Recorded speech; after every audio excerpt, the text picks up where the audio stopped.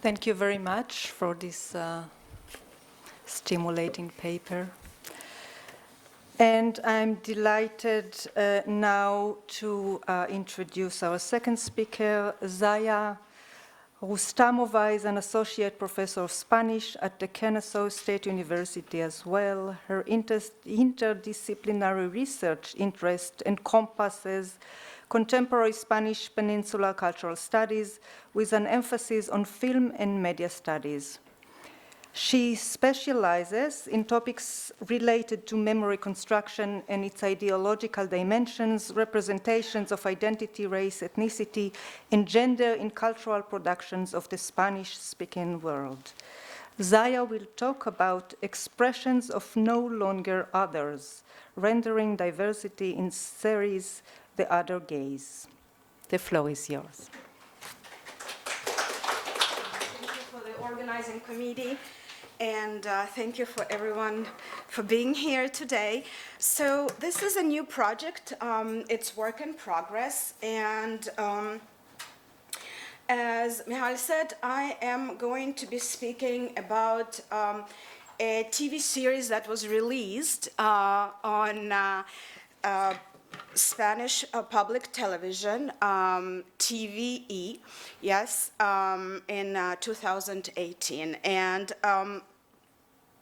so I'm just going to go ahead and start. Okay. All right. On the 25th of April 2018, Channel 1 of Spanish television premiered the first season of the series The Other Gaze. It's alternately translated as Different View, which Spanish press immediately recognized for its feminist ethos. In the article, The Other Gaze, Women Needed on TVE, published in the newspaper El País the day after its premiere, the journalist Álvaro Ruiz de Elvira highlighted the importance of this period drama for today's public, particularly its empowerment impetus for the female audience. The series tells the story of a prestigious academy for young ladies in the Andalusian capital of Seville in the 1920s, where the teaching methods reflect the educational reform undertaken by a group of intellectuals called Krausists in the middle of the 19th century. Such reshaping of pedagogical paradigms entailed laic education based on scientific experimentation and fostered greater access to education for Spain's female population. In The Other Gaze, by virtue of representation of students' and teachers' professional and personal aspirations, the script director, Alba Lucio, and her team of scriptwriters, an exclusively female one in the second season, delve into the protagonists' defiance of oppression by the patriarchy, their consequent fight against inequalities, and the gender-based violence they're subjected to. In this vein, the series creators challenge, and I quote Catherine Barbour, the hegemonic sexual politics and socio-economic systems which facilitate and endorse violence against women and girls, end of quote. Moreover, the universe depicted in The Other Gaze diversifies the dominant heteronormative expressions of gender and sexuality in the popular media to broaden the perceptions of the heterogeneous public and ultimately generate a positive impact in the fight against gender violence that continues to dominate society in Spain and beyond, and that intensified during the pandemic. By, and I quote, Barbour again, foregrounding women's resistance to gender-based violence, end of quote, through traumatic experiences of female students and teachers, the series creators offer new paradigms for expression, interpretation, and enforcement of female agency, both at the didactic and extra-didactic levels. In this project, I explore how, while borrowing from traditional female representations, the womanhood construction in the show enforces resistance to societal expectations and patriarchic oppression then and now. Through the depiction of individual and collective traumas, the drama creators endow its protagonists with resilience stemmed from an indubitable solidarity. Therefore, I argue that the female character's victimization fails in defining and or defeating them, but instead projects community building as a pivotal force of resilience and ultimately empowers unified effort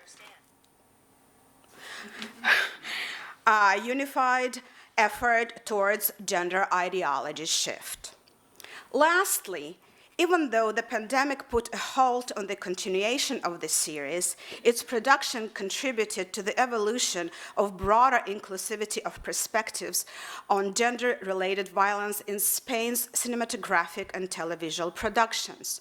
Since then, we find a variety of audio-visual drama offerings on Netflix, such as a film, The Mess You Leave Behind of 2020, a limited series called The Intimacy of 2022, among others, which mirror recently emerging tendencies of victimizing women, specifically privacy violations through the use of modern technologies. Gender issues of the early 20th century represented in this series transcend time and appeal to multi-generational audience within the global context. I'm going to shortly kind of refer to this slide, and you can see the, so this is the cover page and a little trailer. So you can see the students here. They're beautiful, well-dressed, but as you can see, what stands out is that they are actually very much restrained. Yes, and I will play the trailer just for a couple of minutes, literally, to give you a sense. It's in Spanish, but the language, I think, the audio language is very much universal, so we don't need words. Please, Jacob, yes, thank you so much. Como me dijo una mujer muy interesante, lo que necesita este mundo es que haya mujeres jóvenes, fuertes y determinadas al frente.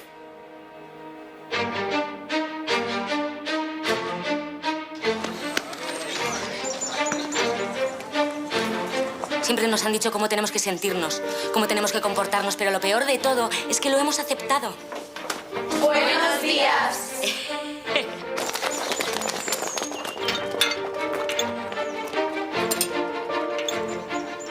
Mujeres siempre dedicadas a sus tareas.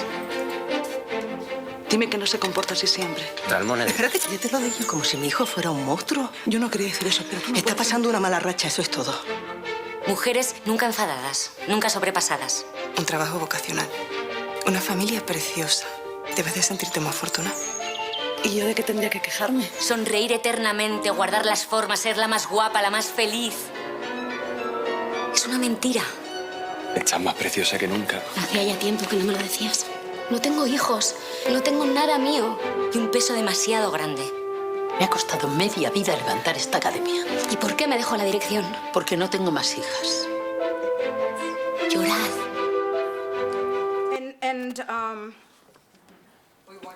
You want to so here I am just focusing on the female teachers, since I have time limitations. So let me start with this paragraph once again. Gender issues of the early 20th century represented in the series transcend time and appeal to multi-generational audiences within the global context. In television as a medium and its relation to culture, Stuart Hall highlights manipulative power of television to transform and naturalize any historical event and its circumstances, or their circumstances. In The Other Gays, the series producers naturalize the influence of the Spanish Krausism and its practical application, which entails the opening of the Association for the Education of Women in 1870, as well as the residence of the Young Ladies founded by the Spanish educator Maria Maezzo Whitney in Madrid in 1915. The series' script development transforms Maetsu into a character whose arrival to Seville's academy reveals a shift or a drift between the conservative approach to education and the new teaching methodologies which aim to educate, not to indoctrinate students, and to foster emancipation for Spain's younger female population. Maetsu's lecture during her visit to the Institute challenges the existing social norms and conducts, in particular the issue of legalizing spousal separation, which antagonizes the dominant Catholic circles personified by the Academy's former director as well as some parents. On the other hand, a progress-driven Academy's new director, Manuela, Maetsu's admirer and the daughter of the institution's founder and former director, resists the external pressure to raise her students to become solely impeccable ladies and future homemakers. Maetsu's lecture instead fires her with enthusiasm to inculcate a sense of civic duties in the younger generation by holding their own version of referendum in the academy. Despite becoming controversial among the teachers' team, the initiative turns to be a successful exercise of democracy and solidarity for both students and teachers. Together with the newly arrived teacher Teresa, Manuela strives to reform the academy via Krausism-inspired pedagogies and implement new subjects, such as sports and sexual education. The latter becomes more of a necessity when one of the older teachers catches the young ladies with a clandestine erotic magazine. Once the teachers agree on the urgency of introducing the subject matter, the biology teacher insists on the old-fashioned cut-and-dry method via a drawing of male and female reproductive organs. This approach, however, proves to be deficient when, after the introduction, one of the students asks where orgasm is to be found on the chart. At that point, the innovative and forward-looking Teresa suggests a different strategy driven by exposing the young ladies to artistic images of female anatomy and self-exploration by placing a mirror on the floor and allowing the young ladies as well as the teachers to discover their anatomy in private. Through the script development, we witness how the creator team capitalizes on the television's function as one, and I quote Guattari and Rolnick, the great machines of production and social control, end of quote, to normalize diversified expressions of sexuality and ultimately to promote gender equality. Beside the students' apparent naivete in this delicate matter, their need to ask questions resonate with an imperative to properly educate contemporary audiences on responsible sexual liberation with transparency and inclusivity. As Towel Harper and David Savat put it, and I quote, images certainly do something when we watch them. The moment we see an image, the moment we establish a connection with an image, something clearly happens, end of quote. In The Other Gaze, seeing the images of women exploring their anatomy without imposition of normative shame, the viewers become encouraged to question dominant patterns of gender-driven stigmatization. Moreover, Harper and Savat add, and I quote again, we should not make the mistake of thinking that the representation itself is a cause. The representation is a symbol, it is a symptom. Do not think of media in terms of what they represent. Think about the media in terms of what they produce, end of quote. Thus, the series makes an impactful contribution to producing new ways of seeing female sexuality and to the assemblage, in Deleuze's words, of a more feminist outlook on gender roles and womanhood. On the genetic level, searching for answers to the students' existential questions, such as what it means to be a woman, proves to be a turning point for the empowerment of the teacher's own voice, regardless of the convention patriarchic restraints attached to their gender and or age and violent accusations their inconformity entails. In addition, By constructing female agency through characterization, the creators of The Other Gaze challenge the archetypical representation of female characters. As Francisca Lopez points out, traditionally, and I quote, in the series, women operate almost exclusively within private spaces, drawing their relative power from their traditional roles as mediators. Both as mothers and as object of male sexual desire, they have a chance to influence specific events, albeit always temporarily. In this historical drama, the choice of protagonists combines those of classical telenovelas, such as the domineering mother personified by Doña Maluela and the Academy's former director, and the patient suffering wife embodied by her daughter Manuela, as well as two other teachers, Luisa and Angela. At the same time, Teresa's character serves as the representation of a modern type whose main characteristics of self-confidence and inconformity catalyze her colleagues' and students' resistance to the objectification of women. Regardless of their socially acceptable educational vocation, the character development of the four leading teachers, Manuela, Teresa, Luisa, and Angela, reflect a shift from traditional positionality and empower women to aspire to have personal and professional objectives, independent of the oppressive social practices. For grounding, Teresa's character, whose image dominates on the cover of the series, draws attention to her pivotal role in the culture of the Academy, and also to a stark contrast with the conservative Andalusian environment. Dressed according to the latest Parisian fashion with her short hair, red lipstick, and pants, she continues to make the most of her status of an outsider to openly defy the status quo. As an illegitimate daughter of the Spanish ambassador to Portugal, Teresa makes a choice to benefit from her marginal status, to travel the world alone, receive an impeccable laic education, and choose romantic partners without committing to marriage. Moreover, in her sexual encounters, this 40-plus newly arrived demands the use of protection without any hesitation. After witnessing her father's death at a party, for whose murder she later becomes accused and incarcerated, Teresa transforms her trauma into a constructive force of solidarity with her colleagues and students, which allows them to overcome their own traumas with support of the collectively built community of women. I'm going to skip a little bit here and go to the last two characters, which are more traditionally oriented. So the more traditionally oriented teachers, Luisa and Angela, yield to the new director's determination to a paradigmatic change, which in turn leads to questioning of their own social mores and limitations.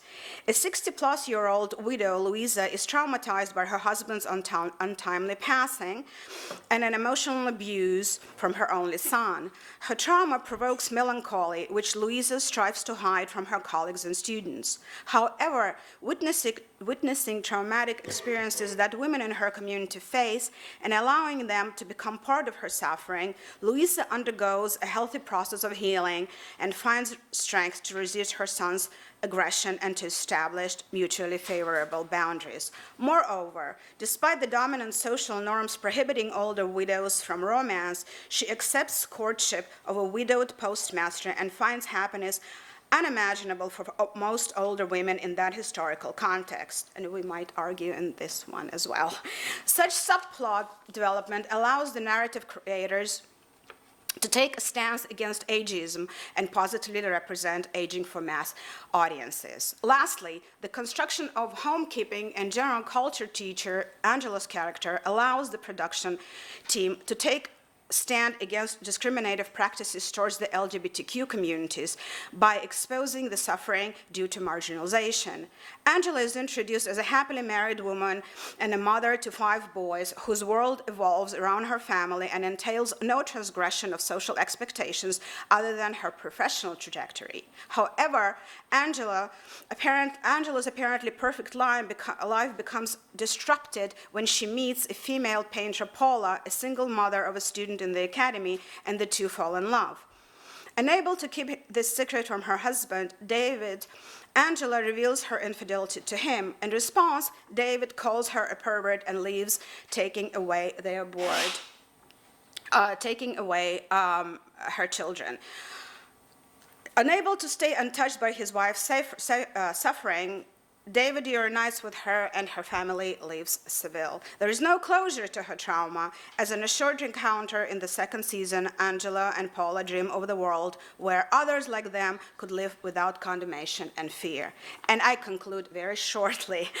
Regardless of its short-lived presence on the Spain's public television, The Other Gays manages to forge the fight against inequalities related to gender and sexuality by creating a cultural product about and mainly for the world's female population. Additionally, beyond the social critique of the gender-based violence, the series broadcast calls for more representation of women in the Spanish film industry and exposes generally felt anxieties of the fourth wave of feminism as it projects community building as a discourse of resistance to the hegemonic sexual politics. And I thank you very much.